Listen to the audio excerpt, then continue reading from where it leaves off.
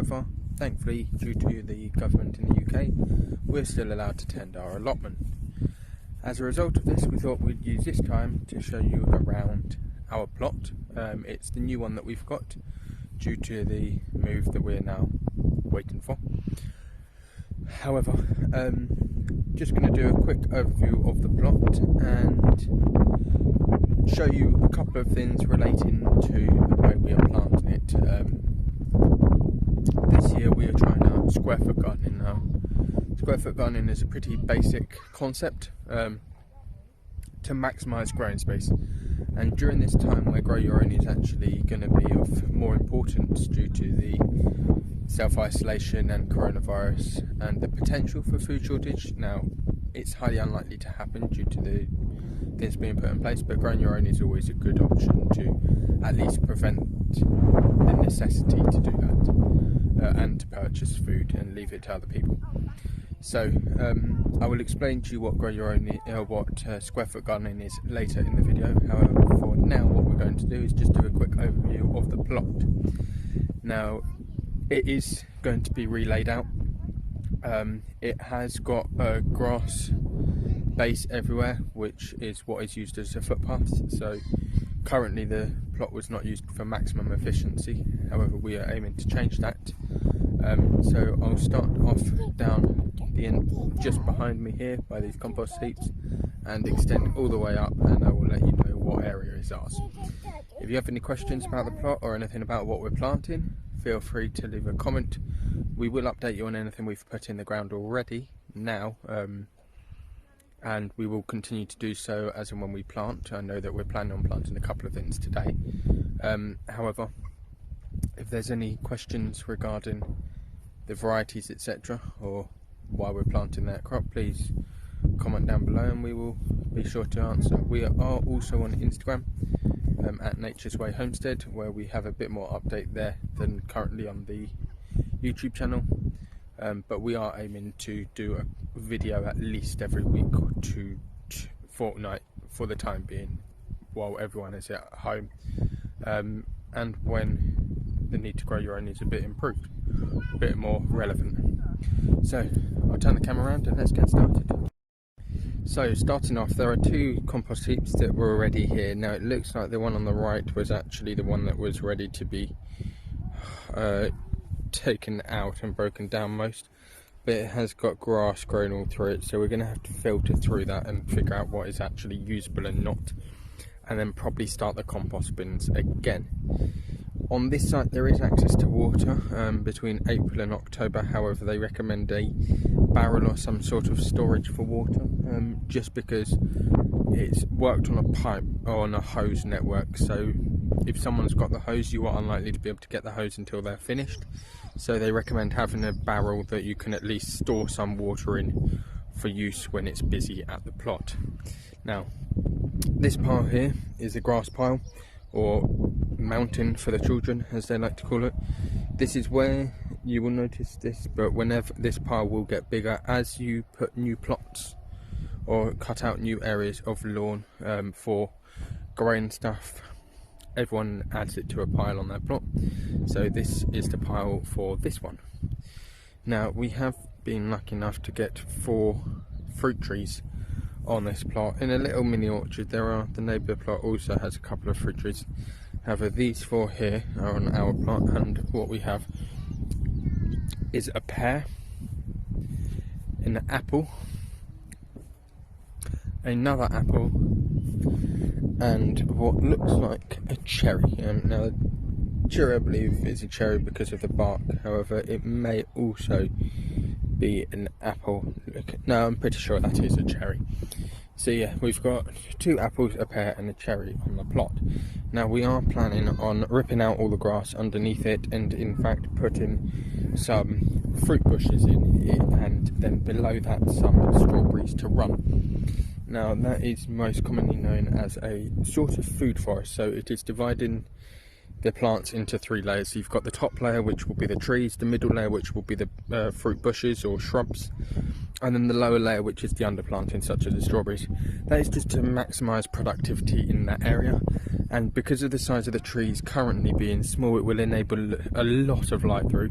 And they are dwarf plants. You're only allowed dwarf trees, so they are maximum height of 2.5 meters, but we will be pruning them to keep them a lot shorter than that, just so that the children can also harvest from them. Now, moving on, we have this we have an empty space in front of the compost heaps, which currently has some Jerusalem artichokes in. The person who used to have this plot is the person in charge of the committee at the allotment, and they have informed us that these are Jerusalem artichokes.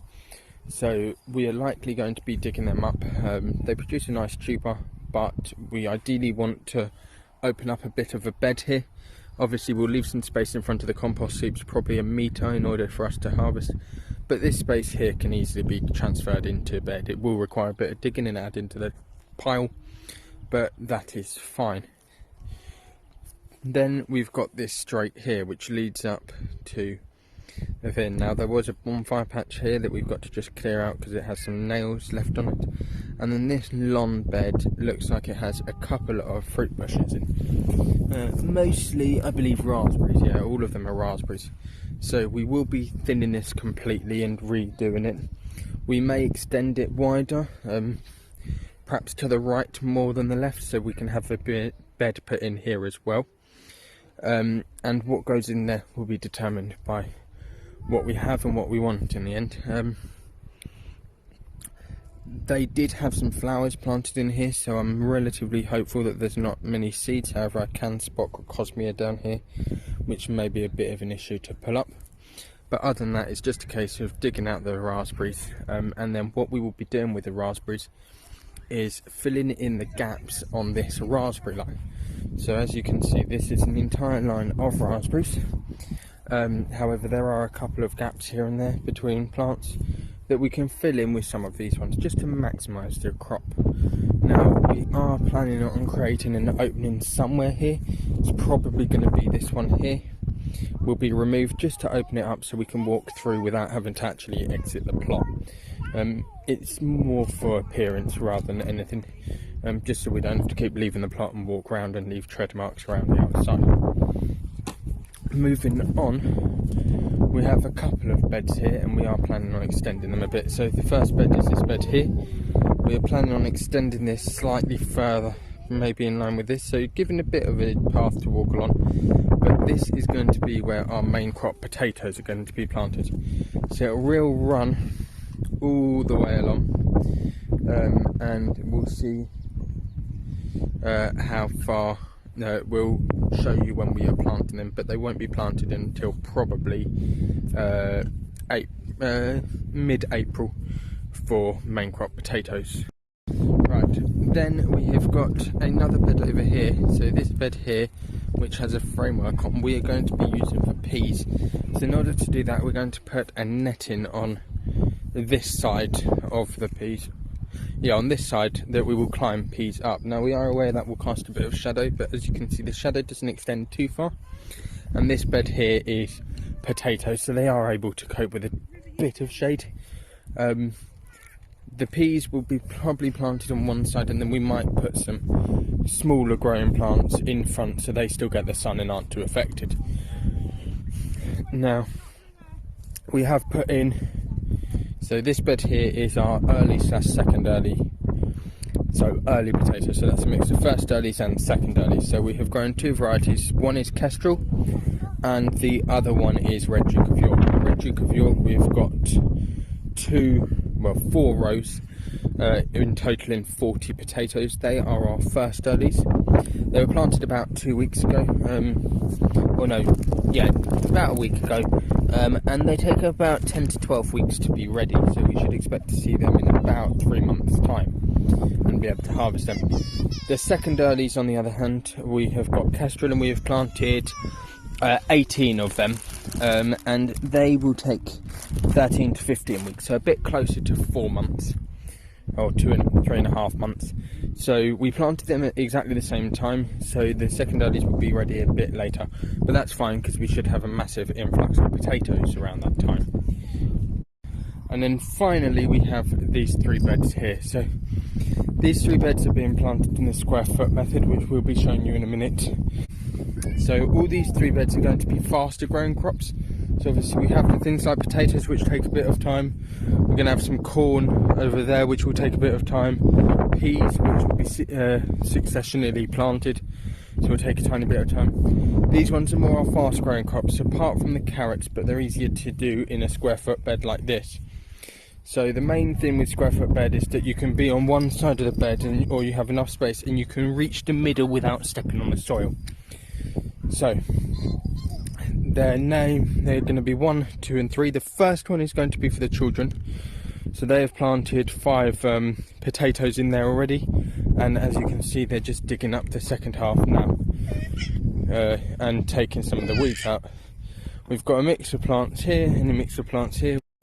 So square foot gardening is the planting of plants in a square foot space. Now what you do is you get 1 square foot by 1 square foot square.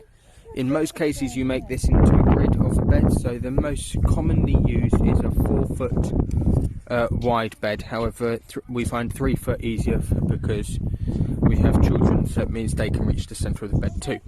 So what you do is you divide the bed into a square foot. So we are using this cane in order to identify a foot. So this cane is a foot long.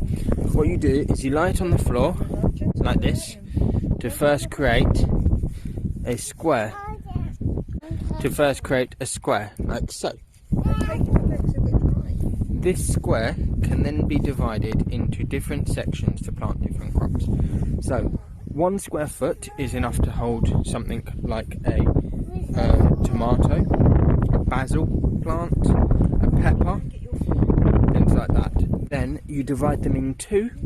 You then divide it into 4 for things like such as beans and peas. Then if you divide it, so 4 is down the middle, so you have 1, 2, 3, 4.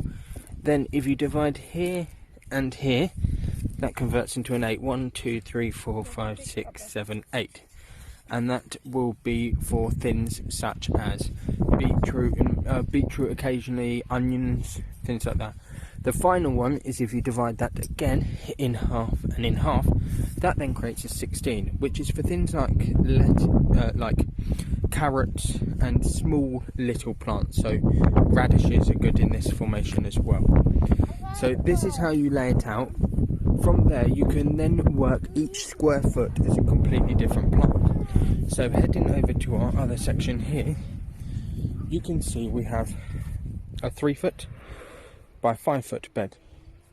Within this bed we have 3 foot wide by 5 foot long. So the first 2 foot of this bed, you can see has got little like crosses over it. So this is 16 carrots in this square foot. Then we've got another 16 carrots, another 16 carrots, another 16 carrots, and another 16 carrots.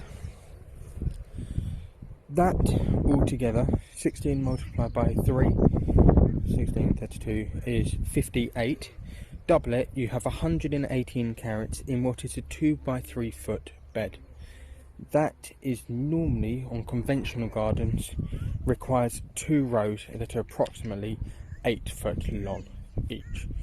So you're looking at approximately 16 foot for the same amount of carrots that we are planting in 6 square foot. First 2 rows we have carrot Eskimo, of which we have 116. And the next 2 rows, so these areas here are divided into 8. So they are the centre line down the middle, so this is the square foot here, so this is the big square foot here, and then we have 1 line down the middle with 1, 2, 3, 4, 5, 6, 7, 8. And in there we have Swiss chard called Ford Hook Giant. Now this would normally require, this can be, depending on the size of your chard, you can either have it in 4 or 8.